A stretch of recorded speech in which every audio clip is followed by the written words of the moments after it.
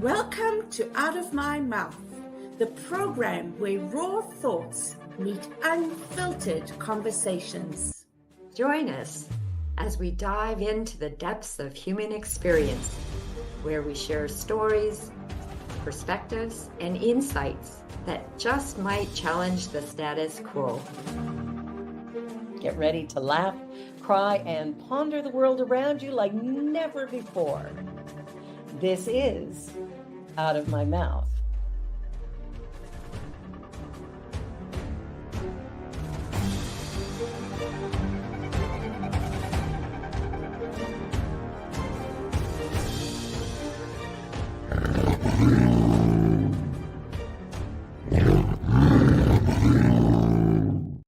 The views and opinions of our guest and hosts do not necessarily reflect those of New Thought Media Network, or any organization we may be affiliated with. Here at New Thought Media Network, we welcome freedom of speech and courageous conversations. There are many topics that can be difficult to navigate. Challenging the status quo and engaging in lively debate is important to expanding our understanding of one another, and life in general. Creating a peaceful world doesn't happen because no one disagrees, it happens from a willingness to understanding one another. In our programming, we strive to expand consciousness and assist people in creating remarkable lives. Your comments are welcome at info@ntmedia.org.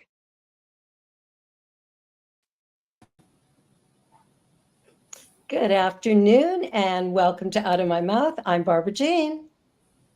I'm Marg. And I'm Cheryl. And we are so excited to have you here today. And I believe Marg will give us our land acknowledgement. I'm happy to, Barbara. Thank you. I'll just take a moment to breathe into this time and recognize where we are. In the spirit of reconciliation and peace, we are grateful for the opportunity to meet on these sacred lands. We thank the generations of people who have taken care of this land for thousands of years. We recognize our oneness. We realize our history. We choose to create a new reality. We are one. Miigwech. Miigwech.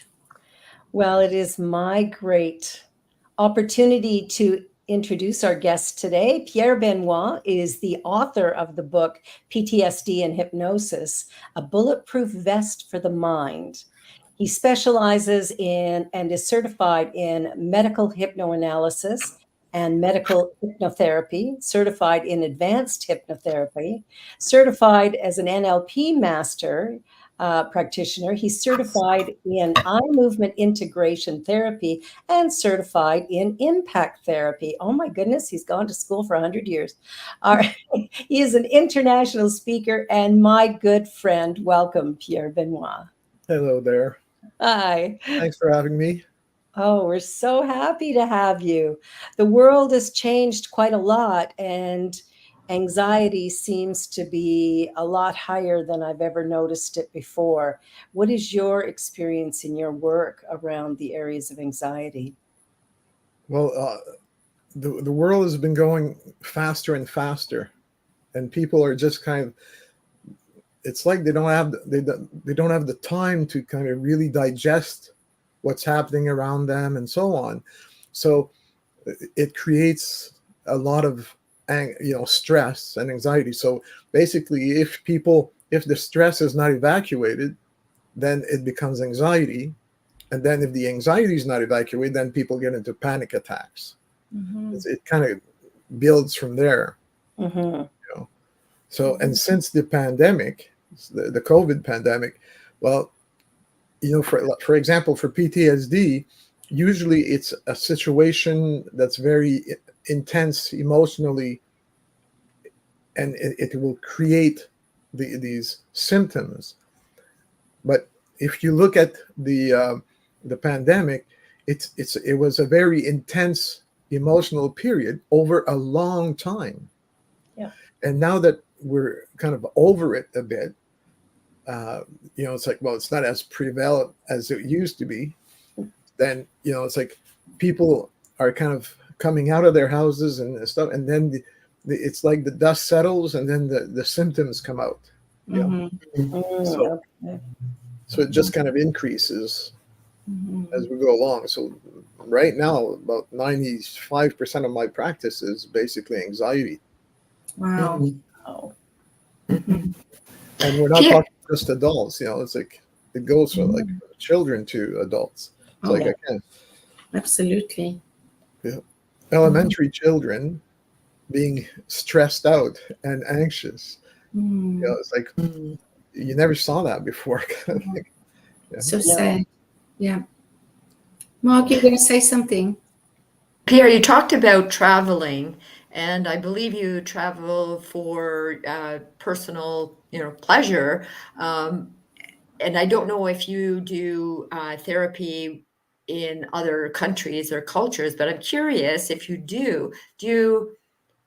Are there different presentations of anxiety in different cultures, in different countries? Not necessarily. It's pretty well the same thing. When people are anxious, it's because their minds are focused on what they don't want to see happen, basically fears, right? So it's like their radar is always kind of looking at, okay, what's going to happen next? What could happen? What could happen? How can I protect myself? But because the way the mind is made up, it believes everything that you put in, and it's always in the present. So when I'm thinking about a negative scenario in my mind, well, my subconscious mind thinks it's really happening, and it's making me react as if it's real right now. It doesn't know the difference between what's real and what isn't. No. For the subconscious mind, everything is real. Anything that you put in, it takes it face value. Right. And says yes to it. Yeah. And that's also why we react to things in a certain way, is because it's recorded that response from a previous experience that felt real. So it becomes our reality in the moment. And part of what hypnosis does is help unravel some of that, I think, if I'm not mistaken. It kind of changes. We help them change the perspective of situation. See, we can't change a person's history, but we can help the person change their perspective of that history, so that it doesn't affect them in the present. Right. So it's reinterpreting it. It's retelling the story in a different way. Exactly. I love that. For example, imagine this is a person having like anxiety and stuff. Okay, so this is their past, this is their future, right? So, like I say, the memories in the past are like books on a shelf, right? When I need to remember it, I just kind of go to the book, take it, use the information. But when I'm done with the information, I just kind of put it back, and it doesn't affect me in the present anymore. But some of those memories are kind of tied with like little elastic bands, right? That kind of stick to us, right? Of a pull. Exactly. But we also have elastic bands that project into the future, right? Because we have plans. We want to see our grandchildren. We want to see our children grow and whatever, right? So if I have more elastic bands in the past than in the front, what happens is people have a tendency of living in the past. They're always like missing something. It's and they're like, oh, I wish it was like, oh, it was so much fun back then, So, and usually what happens when that happens is they become depressive, right?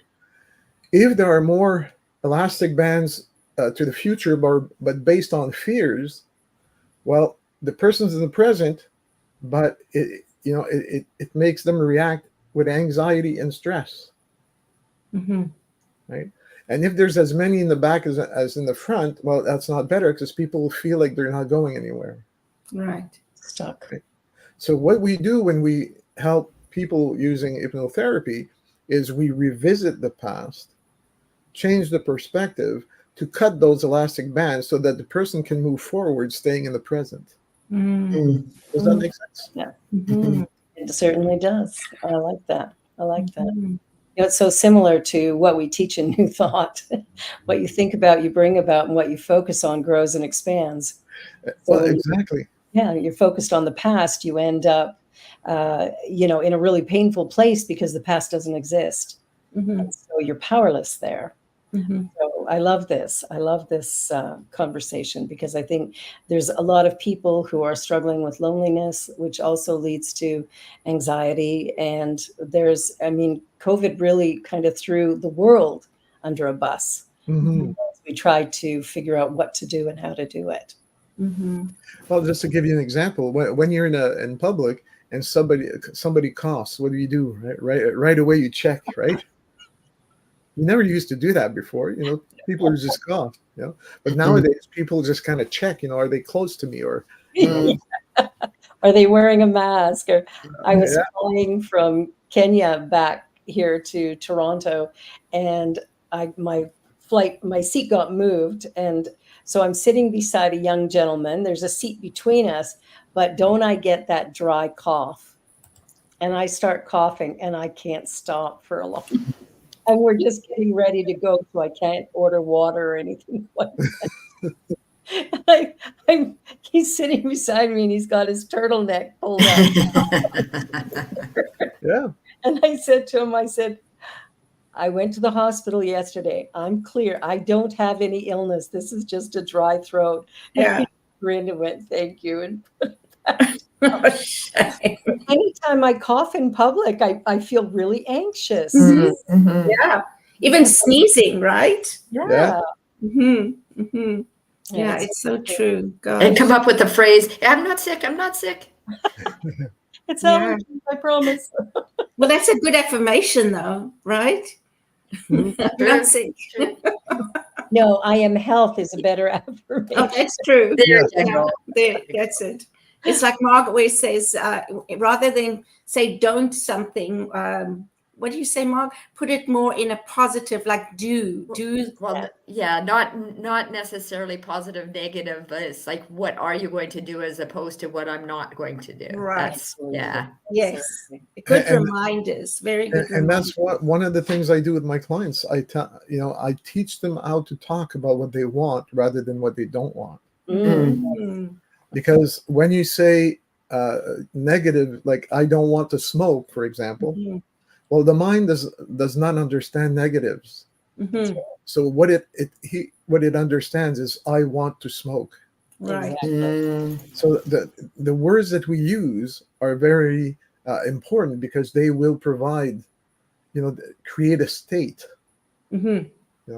In the same way, it's like so. But people are just used to saying, "So, well, I don't want to do this," or I don't want to do this anymore, or instead of, well, what do you want to do instead?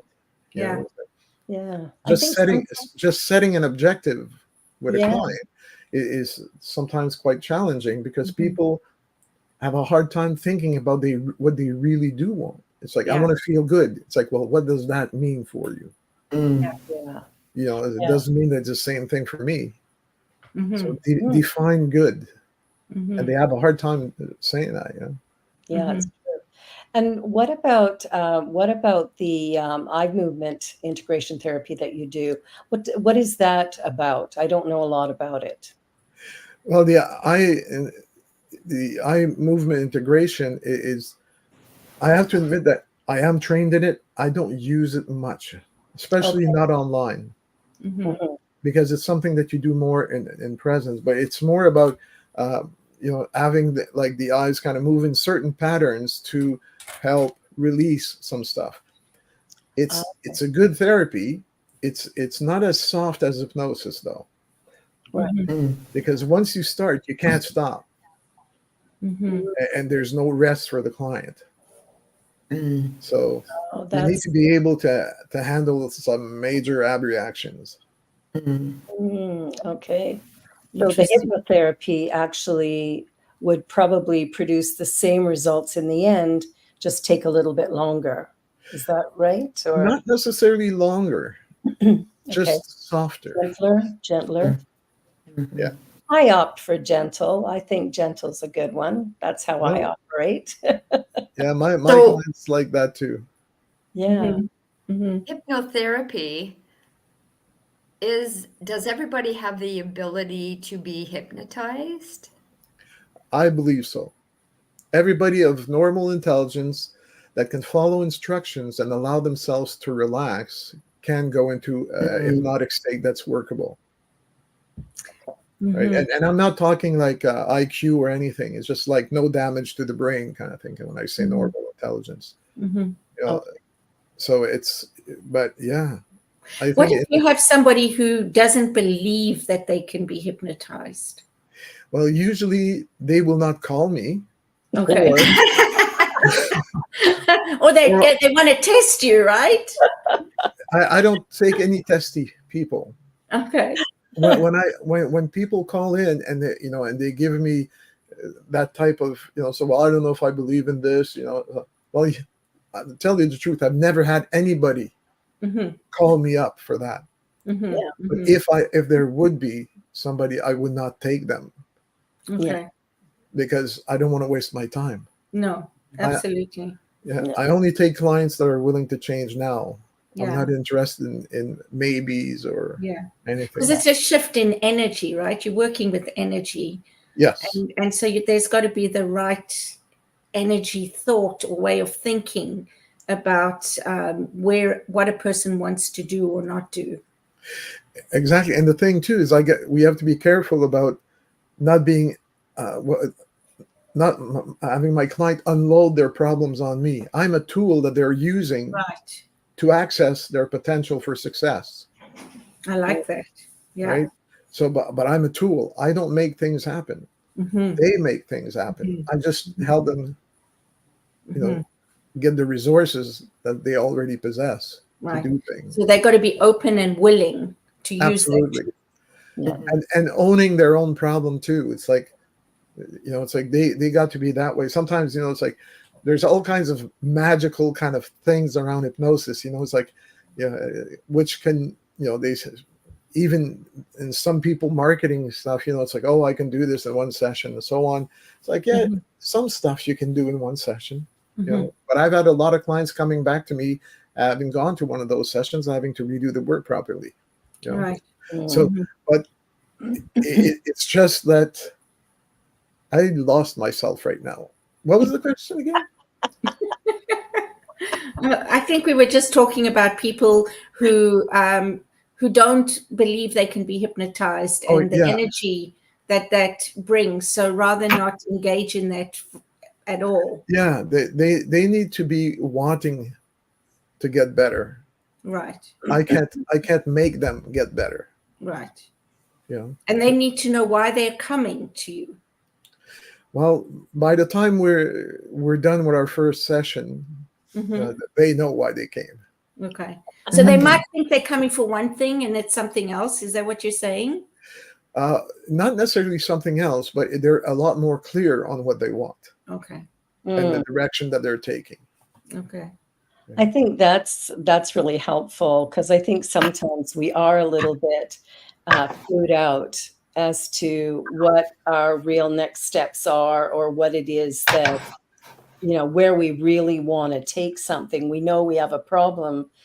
Something doesn't feel right, but we may not be clear as to what to do about it or what's next or really who am I anyway in the message of things. I think a lot of people are a little confused about who they are and what their purpose is and why the devil they're here. But and that's mostly because they have a hard time taking a step back to kind of look at the situation from a distance. Yeah. Because when they do that, they can kind of notice that if they do a little kind of effort over here, it'll have like a domino effect on the situation. They might have another little effort over here. But when they're stuck in the situation, it's like they can't see the whole situation. Right. So they have a feeling that they're extinguishing fires all the time. Yeah. And something you mentioned earlier is how fast things are moving right now. So it's also slowing down and taking a moment to even recognize where I'm at and who I am in this moment, because I don't think we do that enough. Any time for reflection or just self-care. Mhm. It's just go, go, go, go. Yeah, it's performance based. It's like, let's move ahead, move ahead, move ahead. What's next? What's next? And, and like I say, I tell people, coming in for like a magic wand of a one session thing, I goes, listen, you've put 40 years at being who you are today. Give yourself some time to make the changes. Because it does take time to shift your perspective. We have such strongly held beliefs about things that trying to change those sometimes a bit difficult. Again, it depends. Most of the work with my clients that I do is done within between 6 to 10 sessions, which is quite different than going to a psychologist or psychiatrist. For your lifetime. Yeah. So what brought you to hypnosis? Did something happen for you that you went, yes, hypnosis is where I want to go? Or what was your... I kind of tripped and fell into it. Okay. Well, like I mentioned before, it's like I've been a child and family counselor for like 22, 25 years. But as I was always taking courses to get better and so on. And then I got into NLP classes, and that's through NLP, I met hypnosis. And then I said, oh, God, I really like this stuff, So I decided to focus on hypnosis and get specialized in that. So that's kind of it's been kind of the same. I've had the same objective since I've started, it's like being a counselor. Just helping out people. The difference now is because clients that come to see me are actually happy to see me compared to when I was a child care counselor. It was more of a captive audience. Yeah, that's tough. That's tough. So NLP stands for neuro-linguistic programming. Okay. Yeah. And have you been hypnotized? Absolutely. I just love it. Every time I go for training, it's like when I go to conferences, I ask you, it's like I present, but I don't present the whole weekend. So the rest of the time I go to other hypnotherapists that are teaching stuff and so on. And I have this kind of thing. As soon as they ask for a volunteer, my hand just goes up. I really like going there. Must be a Sag. It's a very nice, comfortable state. Yeah. I think as Sagittarians, there's I don't know, there's a thing about just jumping in. It's like, well, I figured if it doesn't work on me, I'm not going to use it on somebody else. There you go. There you go. So how do you know it worked? It's when you go for example, if I volunteer myself or something, they're volunteering, they're kind of demonstrating a technique, right? So whatever they'll do is, I remember I was sitting on a chair. They had my leg, they moved my leg up, but my leg stayed up. It wouldn't come back down. It's like, so there's some stuff like that. But usually when you go to hypnotherapy, it's more internal changes. Right. I work with feelings, right? And the way I work is through ideomotor responses. So basically, I'm going to ask you, either to nod yes or shake or your head no, and that's it. I don't need content. I just get, it's like a bit of the story initially to kind of set the goal and so on. But once we start working, whatever happens within the person, they tell me at the end if they choose to. Yeah. But it's like, but I'll say, it's like, where did you feel that? It's like, how does it feel now? They'll say, so, well, it's not there anymore. I go, good. And then in their lives between sessions, well, they see that there's changes in their ways that they're handling different situations or whatever. Yeah, that's probably the biggest result right there is Yeah. how we deal with difficulties or whatever after the fact. Mhm. Awesome. Well, we're at about the halfway mark. Cheryl, did you have something you wanted to? No, I was just, we can talk about it afterwards, but I was also just looking at like, what is it? Hypnobirthing. Some of these terms, and it's just curious what that looks like. Is that before, during, after, both, and? Let's touch that as soon as we get back. You're watching the New Thought Media Network, and this is Out of My Mouth. Our wonderful guest, Pierre Benoit, hypnotherapist extraordinaire, and we'll be back in just a moment, so don't go away. More to come.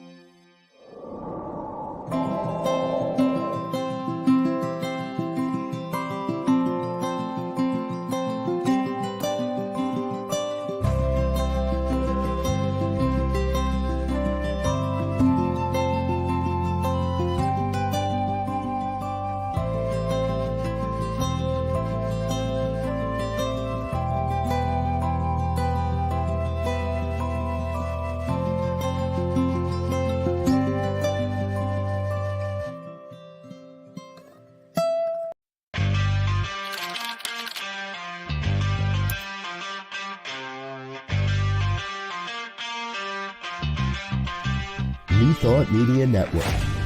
We are a global broadcast network of positive music, media, and entertainment, inspiring humanity's evolution along the journey of enlightenment and creating a world of love, peace, empowerment, and prosperity for all. New Thought Media Network. Positively inspiring.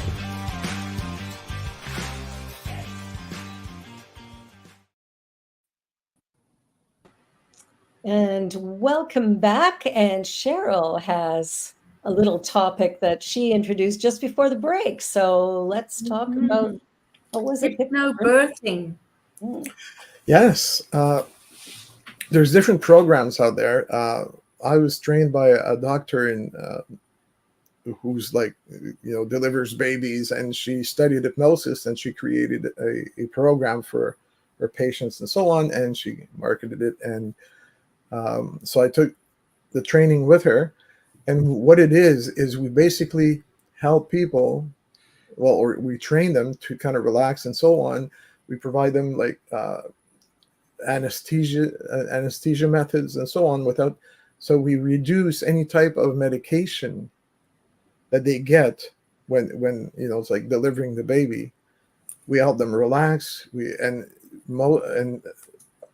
usually the pain is hardly anything. Mm-hmm. And even the delivery goes faster. So, wow. But I don't go into the delivery room with them. Okay. So it's just like my job is to kind of, I teach them. It's a 4-session type of program where I hypnotize them and do what needs to be done. And they have like a workbook and so on. And each session, they get a specific CD mm-hmm. to listen to. And then after that, they have the whole program for themselves, and they keep on going for themselves. But we usually start at around the 32nd, 34th week. Okay.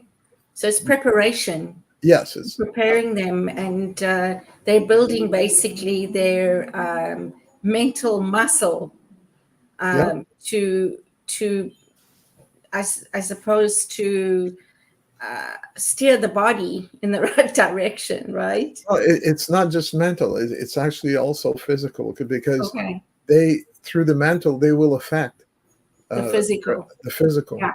Yeah. So. Yeah. That's very true. Yeah. That probably would work with surgeries as well. Yes. Mhm. Okay, well, we'll have to talk about that because I've got one coming up. So we'll talk more. I'll have to book a session too.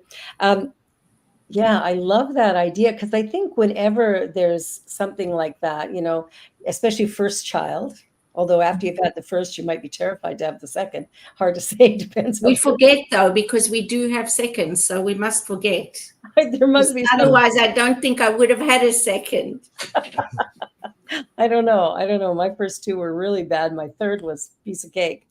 The fourth one was cesarean, so that was easy too. But yeah, it's like there's anxiety going in, especially for that first child. Well, yeah, because they don't know what's going to happen and so on, right? Yeah. Not that I know. I've never had like a child myself, but I've lived with somebody who's had a child of mine. So the sore hand from it being squeezed or whatever. Yeah. Or the yelling. But yeah, so sometimes people have a first child and it was like a very traumatic experience. And I've had clients where, as I say, well, it's like what I'm interested in is being able to kind of go through it, not feeling this way because I've had this memory. So we need to kind of reframe. Yeah, that's also true. That makes sense. Yeah. So that makes sense for surgeries as well. That, there's always a bit of anxiety as we prepare for a major surgery, and being able to find a way to relax. For me, the worst part is the MRI prior to the surgery. I can't lay in an MRI, so I might have to talk to you about that as well. Find a technique so I can get my MRI whenever it's booked. But I think there's a lot of uses that people could help themselves with, but also I suppose things like quitting smoking or losing weight or things like that are all things that hypnosis could help.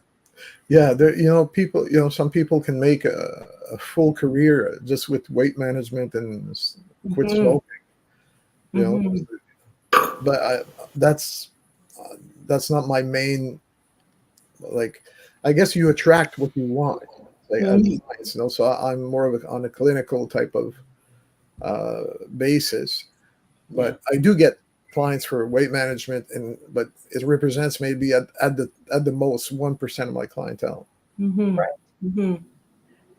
Have you been invited into workplaces, or we were talking about giving birth and surgeries into workplaces that are in a clinical setting to help their... No, not at this time. I've been invited by associations to kind of give talks, or even kind of like with the Fibromyalgia Association near it's like in the West Island, Montreal.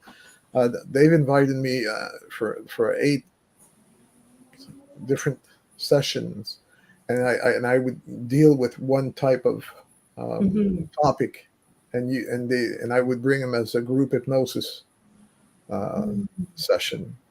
So, how does that work to do a group session like that? How does that? Basically, people just kind of sit there, close their eyes, and listen to me. And because they have the same experience, I guess. Yeah, everybody has their own experience with regards to that. But when however, when I do group sessions, it's very focused on a topic but Right. it's not an emotional topic, right? Because you don't want people, kind of freaking out while because you don't have time to kind of go around and take care of the people that kind of have these big ab reactions. So I wouldn't do any type of regression work or forgiveness therapy, but I would do like, it's like with the fibromyalgia, it's like changing their habits of eating, some pain management, because a lot of times people with, who have chronic pain, what happens is because they have that pain, the body protects itself by getting tense. Yes. So, for example, when a body's relaxed, so, if I kind of press on my hand, I can bring it all the way to there before I start kind of feeling it. But if my body is tensed up, I can only bring it to there, and then I start feeling, and I feel it more than when it's down here. So there's two types of pain, right? There's the true pain, which is like the hurt, the physiological hurt, and the other pain is the perceived pain, where the mind's, so I said, oh, I got to go through my day feeling this way, and that right away you start creating tension. So by being able to kind of relax your mind, relax to a point, your body, it will create more flexibility. Therefore, it will increase the comfort instead of the discomfort. Well, that's powerful. That's really good information. I remember one time, meeting a number of people who were struggling with fibromyalgia. And one of the things I noticed over the years that I was working with these people is that a common phrase was, "I'm sick and tired." And you talked earlier about the way we speak and the way we think, and the message goes into the subconscious, which then produces more of the same. And the more you say it, the more you integrate it. Yeah. Because it's got this compounding effect, right? So we can do the same thing with positive words.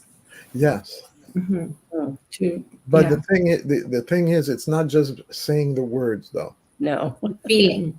It's you need to kind of see it, feel it, and hear it, right? Yeah. So when people say I'm sick and tired, they've got a whole emotional baggage in those little that little sentence, right? Yeah. But if I'm saying, "Oh, I'm healthy as heck," it's like, and I don't believe it, and I don't, sometimes they say, it's like fake it till you make it. Yeah.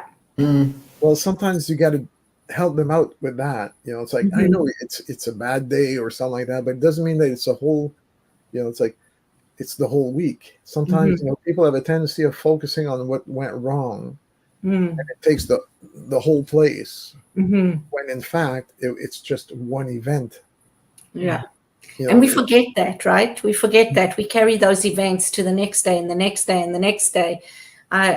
Something happened recently for me, and I just started saying to myself each day, this is a whole new day. It's a new day, right? And just, it's clear because it's a new day, right? And it's going to be a great day.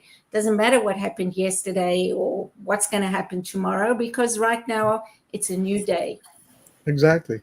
It's like, oh, new chapter of my life, or a new page, or so it's just about, it's like it's about thinking, it's like, what I want to do, what do I want to do that's great for me today? Yeah. With the equipment I have. So if I'm in a wheelchair, it doesn't mean that I'm, I can be as helpless as I choose to be, or I can be as active as I choose to be. Right. Yeah. PTSD and hypnosis. I mean, PTSD, that's something that certainly seems to be more prevalent today. Over the years, it's come forward as something that was never acknowledged before, but has always been there. And now it's really showing up in a lot of places. Well, yeah, back in World War II, they used to call that a shell shock. But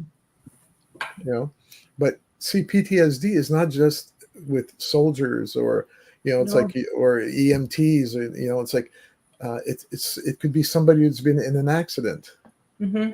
And it can even be just somebody that has been witness to the accident. Mm-hmm. So now it's more prevalent because people are, the definition opened up. Mm-hmm. It's not just with one set of people, Right. right? Because they, it's like sometimes people will call it burnout. It's not, and it could be, a burnout is not necessarily a bad thing. Depression is not a bad thing. It's the state of healing. Mm-hmm. Yeah. Right? Because the mind says, it's like, listen, you're not taking care of yourself properly right now. I'm going to take the breaker and put it to off until you can be rested enough to carry on. Mm-hmm. So depression is it's like animals. That's the way they work too, right? Mm-hmm. When they don't feel well, or where they have a broken leg or something like that, they just go somewhere, they lay down there, and they stay there until such time as they're healed. Mm-hmm. Yeah. Yeah. Yeah. Notice that with children as well. If a child gets sick, they stop moving. They just lay down and sleep for long periods of time, and then bounce back up. And it's a sign that something is out of whack, but they do stop. They don't keep going. Exactly. Yeah. And that's natural. It's, and sometimes as life happens and we grow up, we kind of forget that part of it. Yeah. It's conditioned out of us, I say. Yeah. Right? It's conditioned out of us. Yeah. So you said something, Pierre, that I was actually thinking about talking or asking you about before the break even. You said regression. And everything that we've spoken about and everything I see in your bio is here on this planet, on Earth, right here and right now. Mm-hmm. And so I wondered about past life regression and things like that. Do you have experience with that? It's not my specialty.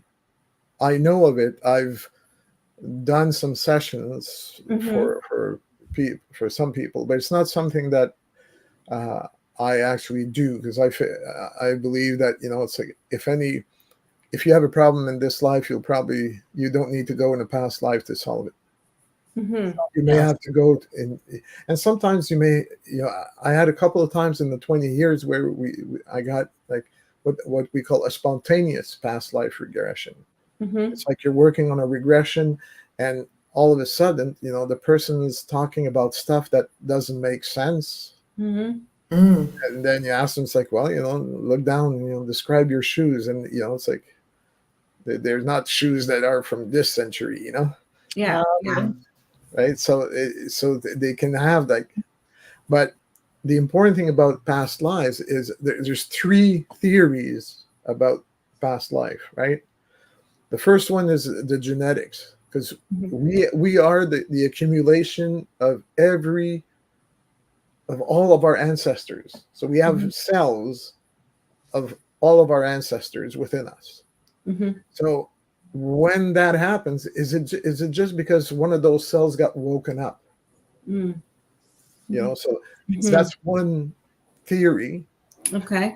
All right. The other one is, well, maybe there was a past life. And again, it's kind of hard to prove, because nobody ever regressed to a past life where they were the king or the queen or somebody of importance enough to be kind of written in the books or the history books. Usually they're common people that lived for a while and died.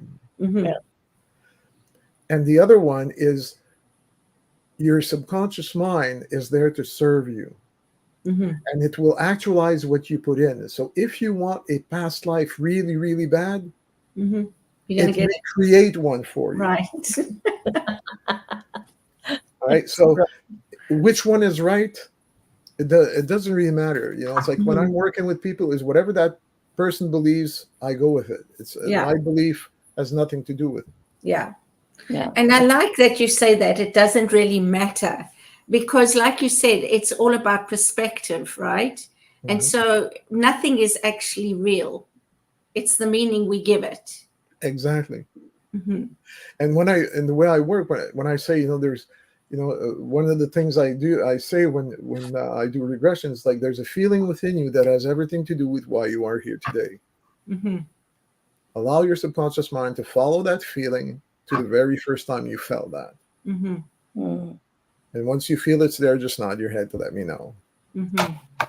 So the subconscious mind will not necessarily give you a true representation Mm-hmm. of that past situation, Mm-hmm. but it may provide you with a feeling or an image that will that corresponds to the emotion that needs to be evacuated. Mm-hmm. So that's more my way of working and understanding it, right? That's Yeah. cool. And when I say nothing is really real, I know that that's, some people will challenge me in saying, well, is this not real, or is this not real? And I don't mean it from a physical experience. I mean it more from what we think things are about in our minds. We will experience the same thing as many people differently. No two people are going to have that same experience. And Exactly. that's because of our perception and our conditioning and where we come from. Yeah, it's all the filters that we've built through our lifetime. Right. Yeah. Right. Yeah.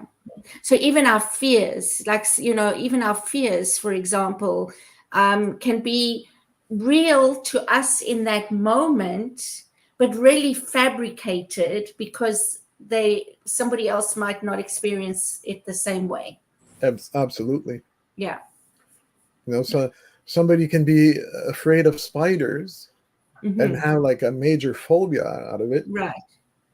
And me, I don't like spiders, Mm-hmm. but I'm not going to freak out. Mm-hmm. Right. So we see the same spider, Yeah. but we just have a different history. Reaction. Yeah. History, which makes us react. Yeah. Yeah. And those I know your Go ahead, Mark. I know your practice is confidential, but do you have a story that you would like to share, something the most profound experience you had doing this therapy?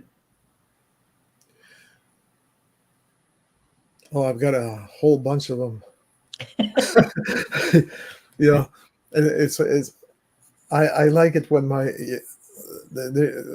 there's this lady that comes up to me, and she had been in psychotherapy for like 8 years. She had been abused physically and emotionally and sexually. And when she called me up, she said that, or when we met, she said, I know everything about the situation. I know I'm not responsible. I know everything. He goes, my problem is when I look in the mirror, I don't like the person that I see. Right.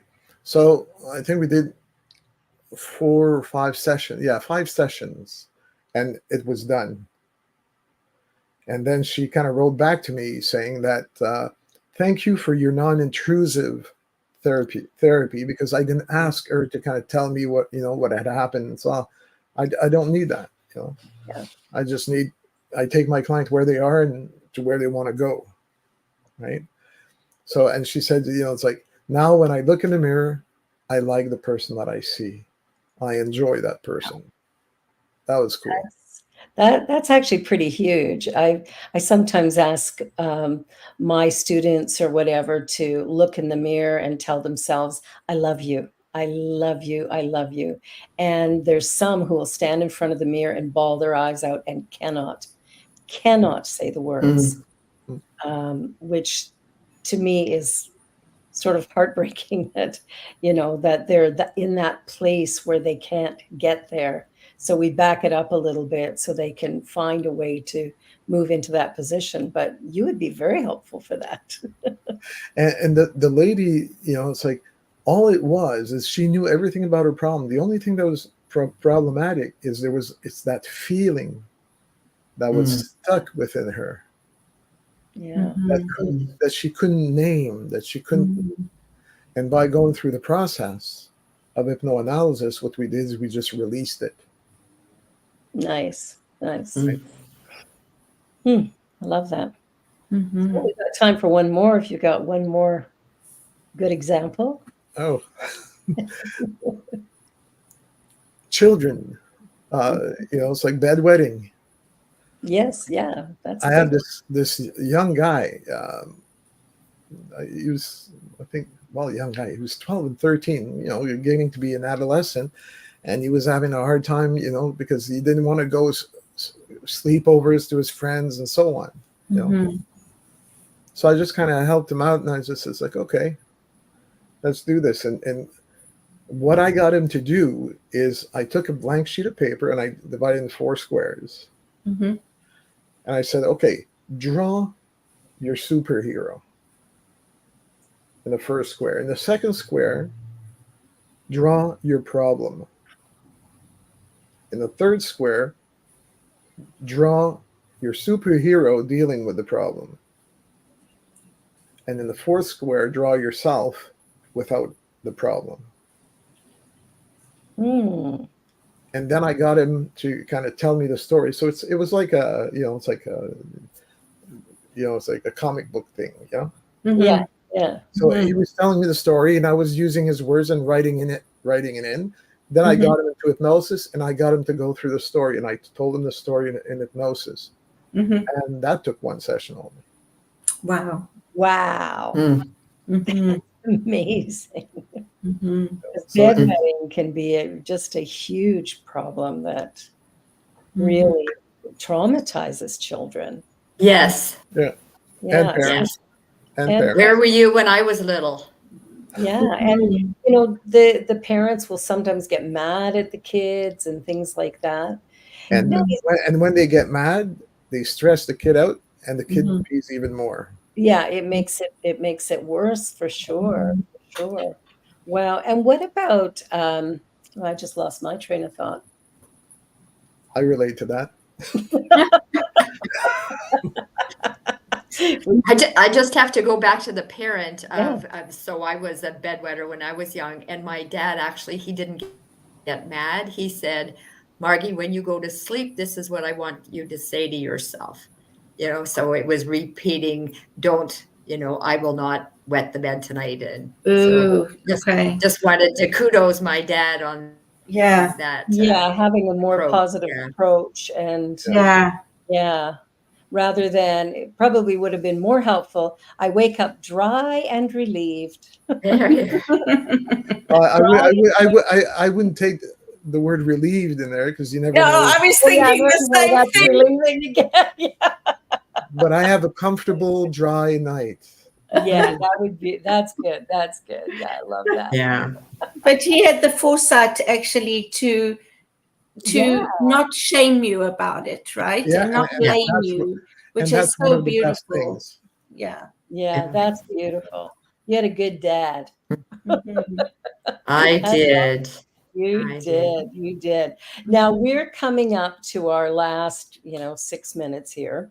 And so I just want to, go around the room and, see who's where and what. And so Pierre, starting with you, what do you think is the most important thing for people to take away from this conversation after today?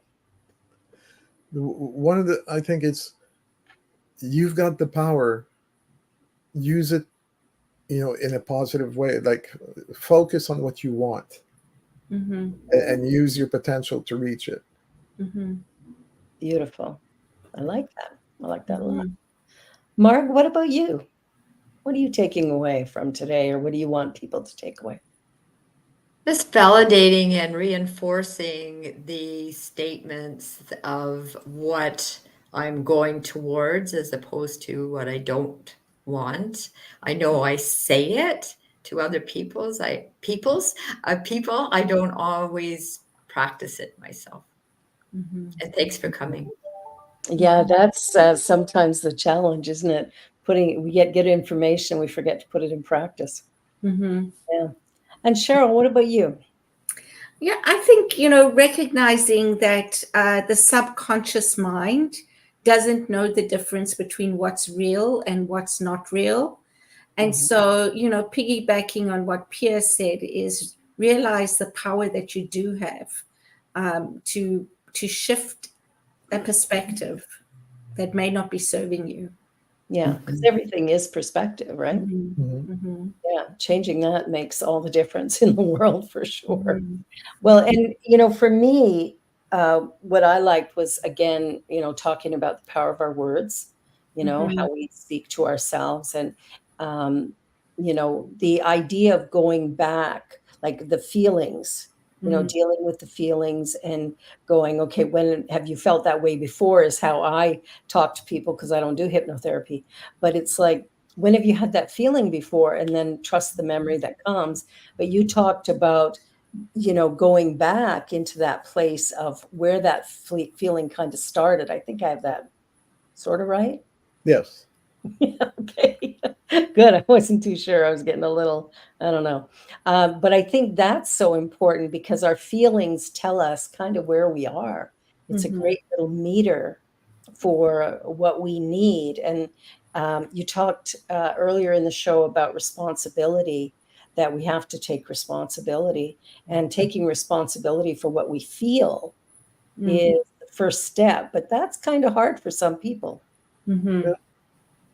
Mm-hmm. So much easier to go, it's your fault. Mm-hmm. You did it to me. It was COVID. COVID did it to me. It's got nothing to do with It's a lot easier to put the blame somewhere else than keeping it. But just to give you an image with regards to what the conscious mind and the subconscious mind can represent, imagine that the subconscious mind is like a boat, right? And it's got all the parts for the boat to go somewhere. And the conscious mind is like the captain, because the subconscious mind needs direction. Yeah. Right?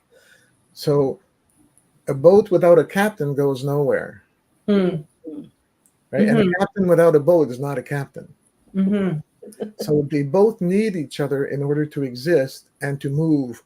But the conscious mind will provide the direction needed for the boat to go towards. Right. Mm-hmm. Right? Wow. Yeah, it's a unclear, powerful visual. it really is actually. And if you're unclear of where you're headed, it's kind of like a ship without a rudder, as well as Exactly.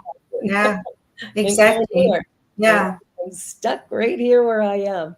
Well, this has been really, really great, Pierre. Thank you so much for agreeing to be on the show. And Marg and Cheryl, thank you for always great conversation that we have as we go through this. And I'm really hoping that people will take this show and maybe share it with friends and family, so they can get also a better understanding, but also your website, so they can, and Pierre speaks English. So when you phone or, go to his website, if it's all in, I don't think it's all in French, is it? Well, it's got French and English. French and English, good. I know your message is both in French and English. So when you hear that French, don't worry about it. English is coming, and so you can go from there. Pierre, thank you so much. This was really informative and wonderful, and I'm looking forward to having you on my other show. And for all of those who watch either now or later, I hope you take something away that really makes a difference in your life. And be sure to like, share, and subscribe. And join us again next week when we'll continue to have wonderful conversations that challenge the status quo. Bye for now. You're listening to the New Thought Media Network. Bye. Bye. On behalf of everyone at New Thought Media Network, thank you for being a member of our virtual family. Your financial contributions help share the New Thought message with people from around the world. Please visit and contribute at www.ntmedia.org/donate. New Thought Media Network. Come be you. And please like, share, and subscribe. Until next time, peace and blessings.